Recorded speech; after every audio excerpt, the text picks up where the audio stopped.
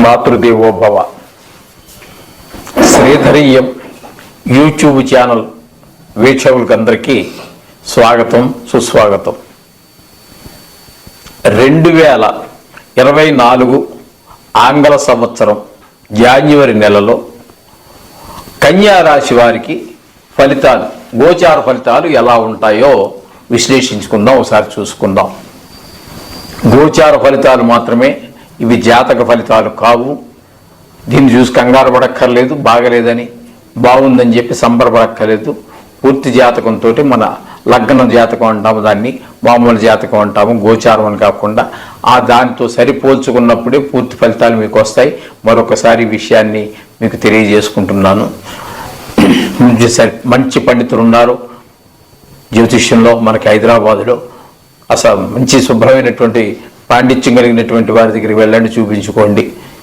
చేత ఇక్కడ మనం ఇప్పుడు చెప్పుకోబోయేటటువంటి ఈ కన్యా రాశి యొక్క గోచార ఫలితాలు ఏ విధంగా ఉంటాయి అనేటటువంటిది మనం ఇప్పుడు పరిశీలన చేసుకుంటూ ఉన్నాము. గోచార రీత్యా మనకి చెప్పుకున్నట్టుగా జాతక ఫలితాల్లో మనం చెప్పుకున్నటువంటి గురువు, శని, రాహుకేతుల యొక్క ఫలితాలు సేమ్ అలాగే ఉంటాయి. జన్మంలో కేతు అక్కడ మనకి యోగించడం మనం చెప్పుకున్నాము. అలాగే సప్తమంలో రాహు కూడా మనకి యోగించడం చెప్పుకోవడం జరిగింది. శని యోగిస్తాడు, 6 ఉన్నాడు కాబట్టి అక్కడ మీకు గురువు గురించి అందరూ మనం చెప్పుకోవడం జరిగింది. అది ఒకసారి చూసుకోండి. ఇకపోతే ఈ మిగతా గ్రహాలు, 4 గ్రహాలు, రవి, బుధ, కుజ, శుక్ర గ్రహాల గురించి మనం ప్రస్తావించుకుంటూ ఉన్నాము. వీరి యొక్క గమనాన్ని బట్టి మనం చూసుకున్నట్టయితే మనకి మంచి శుభఫలితాలే కనబడుతూ ఉన్నాయి. ఇవన్నీ కూడా మనకి రవి కానీ, బుధుడు కానీ, కుజుడు కానీ మళ్ళీ మీకు ఇక్కడ మకరంలోకి ప్రవేశం జరుగుతోంది. ఫస్ట్ హాఫ్ అంతా కూడా కొంచెం అటు ఇటు ఉన్నప్పటికీ సెకండ్ హాఫ్ చాలా బాగుంటుంది. అది కొంచెము ఫస్ట్ హాఫ్లో కొంచెం తగిన జాగ్రత్తలు వహించండి. ఎందుకంటే మీరు కొంతకాలం ధనురాశిలో ఉంటున్నారు.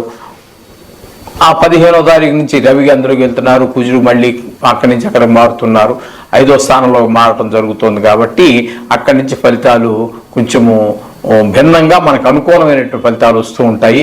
అందుచేత అవి చాలా మంచిది. అలాగే శుక్రుడు కూడా మనకి మారేటటువంటి పరిస్థితి ఉంది.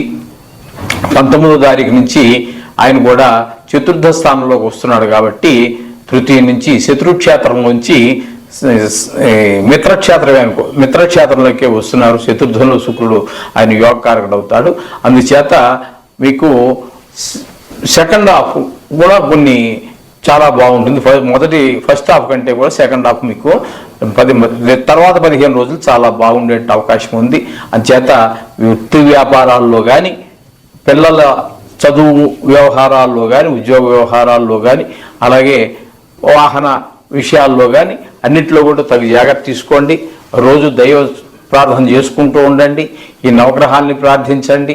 తద్వారా మీకు వ్యాపారంలో అనుకూలమైన ఫలితాలు వస్తాయి. పిల్లల యొక్క చదువుల విషయంలో అనుకూలమైనటువంటి ఫలితాలు వస్తాయి. తద్వారా మనకి జరిగేటటువంటి వాహన ప్రమాదాలు ఇత్యాది, వాహనమే కాదండి, ఏ రకమైన ప్రమాదమైనా ఆ ప్రమాదాల నుంచి కూడా మనం బయటపడే అవకాశం మనకి తగ్గుతూ ఉంటుంది. మొదటి 15 రోజుల కంటే రెండో 15 రోజులు మరింత శుభఫలితాలు ఇస్తాయి. ఇదంతా గమనించుకోండి. తద్వారా మీ యొక్క జీవితాన్ని సుఖమయం చేసుకోండి. ఈ రాబోయేటట్టు మకర సంక్రాంతికి మన బంధువర్గం అంతా వస్తూ ఉంటారు. వారితో కూడా చాలా చక్కగా ఆనందంగానే గడపండి. కానీ ఎక్కడ ఉద్రేకానికి మాత్రం వాళ్ళు తొందరపడి మాట్లాడినా, మీరు తొందరపడి మాట్లాడినా ఎక్కడ ఉద్రేకపడద్దండి. ఇది మీరు అనుసరించవలసినటువంటి పద్ధతులు. ఇకపోతే పూజలు, వినోదానాలు అవన్నీ మామూలే. 10 మంది కలిసేటప్పటికి ఒకళ్ళు ఖాళీగా కూర్చోవటం వేరు, 10 మంది కలిసినప్పుడు 10 మాటలు వస్తూ ఉంటాయి. ఒకళ్ళు కొంచెం హార్డ్గా మాట్లాడుతూ ఉంటారు, కష్టంగా మాట్లాడుతూ ఉంటారు, కష్టం కలిగించే విధంగా మాట్లాడుతూ ఉంటారు. అవన్నీ మనం పెట్టుకోకుండా మన పద్ధతిలో మనం శాంతంగా నడిస్తే జరగాల్సినటువంటి అనర్థాలు జరగకుండా అందరికీ మంచి జరుగుతుంది. శుభం భూయాత్. మాతృదేవోభవ. శ్రీధరయ్యం యూట్యూబ్ ఛానల్ వీక్షకులకందరికీ నూతన సంవత్సర శుభాకాంక్షలు. 2024 సంవత్సరంలో తులారాశి వారి యొక్క గోచార ఫలితాలు ఎలా ఉన్నాయో ఒకసారి తెలుసుకునే ప్రయత్నం చేద్దాము. గోచార ఫలితాలు మాత్రమేనండి ఇవి, జాతక ఫలితాలు కావు. ఇదివరకు చెప్పుకున్నట్టుగానే గోచార ఫలితాలే పూర్తి కావండి, అది ఒక భాగం మాత్రమే జాతకంలో. పూర్తి జాతక ఫలితాలు పొందాలి, తెలుసుకోవాలి అనుకున్నా, పొందాలి అనుకున్నా జాతకం తోటి దీన్ని అనుసంధానం చేసుకోవాల్సిందే. నిష్ణాతులైనటువంటి పండితులకు మనకు కొదవ లేదు.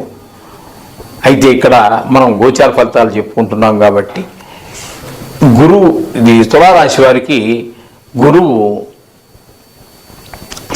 సప్తమ స్థానంలో ఉండటం ద్వారా వివాహం కానిటువంటి వారికి వివాహ ప్రయత్నాల్లో ఒక అడుగు ముందు వేసే అవకాశం ఉన్నది. పెళ్లి కాని వారికి పెళ్ళయ్యే అవకాశం ఉన్నది. అట్లాగే రాహు కూడా అనుకూలమైన పరిస్థితులు కల్పిస్తాడు. శని స్వక్షేత్రంలో ఉన్నందున ఆయన కూడా శుభ ఫలితాలు ఇస్తున్నాడు. ఇకపోతే కేతు ఒక్కడ మాత్రం కొంచెము, అది ఈ సంవత్సర ఫలితాల విషయం మాట్లాడుకోవటం అయింది, అవి అప్పుడు మనం చెప్పుకున్నాము. ఇకపోతే మిగిలినటువంటి రవి, కుజ, బుధ, శుక్రగ్రహాల గురించి మనం మాట్లాడుకుంటున్నాం. ఇక్కడ వీళ్ళకి తులారాశి వారికి ఇప్పుడు చతుర్థంలోకి ఈ గ్రహాలన్నీ రవి, బుధ, కుజ గ్రహాలు వెళ్తున్నాయి. శుక్రుడు మళ్ళీ చతుర్థంలోకి వస్తూ ఉంటాడు 19వ తారీఖున. అందుచేత రవి మనకి 12వ తారీఖున 12వ తారీఖున మనకి రవి 15వ తారీఖున మనకి మకరంలో ప్రవేశిస్తున్నాడు. అంచేత మకర సంక్రమణం అంటారు దాన్ని. ఆ విధంగా ఈ 4 గ్రహాల యొక్క గమనాన్ని వాటితో అనుసంధానం చేసి మనం మాస ఫలితాలు తీసుకున్నట్టయితే ఇది తులారాశి వారికి అత్యంత అనుకూలమైనటువంటి ఫలితాలుగానే మనం చెప్పాలి. ఆ పెద్ద రాశుల్లో 3 గ్రహాలు అనుకూలిస్తూ ఉన్నాయి. ఇక్కడ 5వ స్థానంలో కాబట్టి రవి యోగకారకం అవుతూ ఉంటాడు. ఇవన్నీ కూడా 5వ స్థానంలో 4వ స్థానంలో రావడం వల్ల రవి, బుధ, కుజుడు. ఇది శుక్రుడు మళ్ళీ ఈ తృతీయంలోకి మిత్రక్షేత్రంలోకి, ద్వితీయ క్షేత్రంలోంచి తృతీయ క్షేత్రంలోకి రావడం కూడా కొంతవరకు పర్వాలేదు. చతుర్క్షేత్రంలోంచి మిత్రక్షేత్రంలోకి వస్తున్నారు. అందుచేత అవి మొత్తం మీద గ్రహగతులన్నీ పరిశీలించినట్టయితే మీకు ఈ తులారాశి వారికి అనుకూలమైన ఫలితాలు వస్తున్నాయి. పెళ్లి కానిటువంటి వారికి ముఖ్యంగా అమ్మాయి కావచ్చు, అబ్బాయిలు కావచ్చు, వారికి ప్రయత్నాలు ఫలించేటటువంటి అవకాశాలు ఉన్నాయి, చాలా వరకు ఉన్నాయి. అడుగు ముందుకు వేయాలి, సాహసించి వేయాలి. అన్నిటికీ మనం తప్పులించుకోవటం, వాళ్ళ దగ్గర ఏముంది, వీళ్ళ దగ్గర కేవలం ఆస్తిపాస్తులు కొంతమంది చూస్తున్నారు, ఉద్యోగాలు కొంతమంది చూస్తున్నారు. అయితే సాంప్రదాయాన్ని మాత్రం ఎవరు చూడట్లేదు. దానికి కూడా చాలా అసలు ప్రాధాన్యత ఇవ్వాల్సినటువంటి సాంప్రదాయం గురించి, అబ్బాయి యొక్క నడవడిక గురించి మాత్రమే మీరు బాగా తెలుసుకోవాలి. మిగతావన్నీ సెకండరీయే. అందుచేత అవి తర్వాత తదుపరి ప్రాముఖ్యత ఇవ్వాల్సినవే కానీ ప్రథమ ప్రాధాన్యత మాత్రం పిల్లవాడి యొక్క నడవడిక ఏంటి, సంపాదన ఏంటి, ఇవన్నీ విషయాలన్నీ కూడా మీరు తెలుసుకుని ముందుకు అడిగినేసినట్టయితే ఈ వివాహ విషయాల్లో వారికి చాలా అనుకూలమైన ఫలితాలు వస్తూ ఉంటాయి. అలాగే చదువుకునేటువంటి పిల్లలకు కూడా చాలా గ్రహాల అనుకూలత వల్ల చాలా విద్యలో కూడా చాలా ఉన్నతంగా ఎదగలుగుతారు.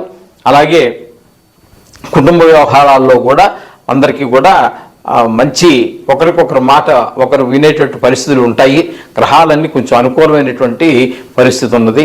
అందుచేత ఈ యొక్క బాగాలేనటువంటి గ్రహాలకి ఏమేమి చెప్పుకున్నామో అవన్నీ చేసుకోండి. అది సింపుల్ రెమెడీసే, అవన్నీ మనం చెప్పాము, అవి చేసుకోండి. చక్కగా మీరు మీ జీవితాన్ని సాఫీగా నడిపించుకోండి. ఇక ఏమైనా మీకు ఎప్పుడైనా డౌట్ వచ్చినట్టయితే, ఇంకా ఏమైనా అనుమానాలు ఉన్నట్టయితే సాయంత్రం 5 నుంచి 10 గంటల వరకు మధ్యలో నాకు మీరు కింద ఇవ్వబడినటువంటి నా నెంబర్కి ఫోన్ చేయండి. అలాగే సబ్స్క్రైబ్ చేసుకోండి. చేసుకున్నట్టయితే మేము ముందు చేసేటటువంటి ఈ వీడియోస్ ఏమైనా కూడా మీకు ఆటోమేటిక్గా మీకు చేరుతూ ఉంటాయి. అందుచేత మీరు ఏదైనా అనుమానం వస్తే సాయంత్రం 5 గంటల నుండి 10 గంటల లోపల మాకు ఒకసారి ఫోన్ చేయండి. మేము మీకు తగిన సలహాలు సూచనలు మా పరిజ్ఞానం సహకరించిన మేరకు ఇవ్వగలుగుతాము. శుభం భూయాత్.